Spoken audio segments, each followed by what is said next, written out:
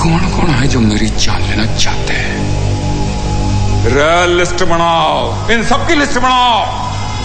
कल तक ये लिस्ट मेरे सामने होनी चाहिए, समझे सारे के सारे। भारतीय सिनेमा की तारीख का वो खौफनाक विलन जिसके नाम की धाक साउथ से लेकर बॉलीवुड तक बैठी थी, अब हमेशा के लिए खामोश हो गया। फिल्म गजनी में आमिर खान की याददाश्त छीनने वाला ये कड़कदार आवाज का मालिक अब हमारे दरमियान में नहीं रहा। भारतीय सिनेमा के मशहूर तरीन विलन प्रदीप रावत 4 अगस्त 2026 को 74 बरस की उम्र में ब्लड कैंसर के बाइस इस दुनिया से रुखसत हो गए। उन्होंने अपने 40 साल तवील कैरियर में सिर्फ बॉलीवुड ही नहीं बल्कि हिंदी, तमिल, तेलुगु, मलयालम, कन्नड़ा, अंग्रेजी और नेपाली समेत मुख्तलिफ ज़बानों की 200 से ज़ायद फिल्मों में अपनी अदाकारी का लोहा मनवाया। लगान का देवा सिंह सूडी हो या सरफरोश का सुल्तान, हर ज़बान के नाजरीन इनकी अदाकारी के दीवाने थे। प्रदीप रावत एक इंतहाई निजी मिजाज के इंसान थे जो शोबिस की चकाचौंध से दूर रहते थे। यही वजह है कि उन्होंने अपने कैरियर पर फोकस करने के लिए ताखीर से शादी की। साल 2026 में उन्होंने 54 बरस की उम्र में कल्याणी रावत से शादी की, जबकि उस वक्त उनकी अहलिया की उम्र सिर्फ 35 बरस की थी। उम्र के इस बड़े फर्क के बावजूद दोनों ने एक बेहतरीन जिंदगी गुजारी। उनका कोई भी रिश्तेदार फिल्म इंडस्ट्री में नहीं था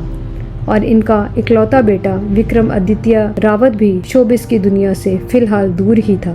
भारतीय सिनेमा की तारीख में विलन तो हजारों आए, लेकिन कुछ किरदार ऐसे होते हैं जो फिल्म की स्क्रीन से निकलकर आवाम की आम जिंदगी का हिस्सा बन जाते हैं। साल 1975 में फिल्म शोले का गब्बर सिंह एक ऐसा ही किरदार था जो आम जिंदगी में भी एक मुहावरा बन गया। जब भी किसी जालिम या खौफनाक शख्स की बात होती तो लोग कहते गब्बर सिंह आ गया। ठीक इसी तरह जदीद दौर के सिनेमा में प्रदीप रावत का निभाया हुआ किरदार गजनी आवाम में इस हद तक मकबूल हुआ कि आज अगर कोई शख्स कोई बात भूल जाए या किसी की याददाश्त कमजोर हो तो लोग हंसते हुए इसे कहते हैं, क्या तुम गजनी हो गए। ये प्रदीप रावत की अदाकारी की सबसे बड़ी जीत थी कि फिल्म के हीरो से ज्यादा फिल्म के विलन का नाम दुनिया के लिए एक मिसाल बन गया। प्रदीप का कोई गॉडफादर नहीं था, लेकिन उन्होंने अपनी मेहनत से 1985 में फिल्म मेरी जंग से फिल्मी दुनिया में कदम रखा। उनकी खास बात ये थी कि वो किसी एक इंडस्ट्री तक महदूद नहीं रहे और उन्हें दुनिया भर में चाहा जाता था।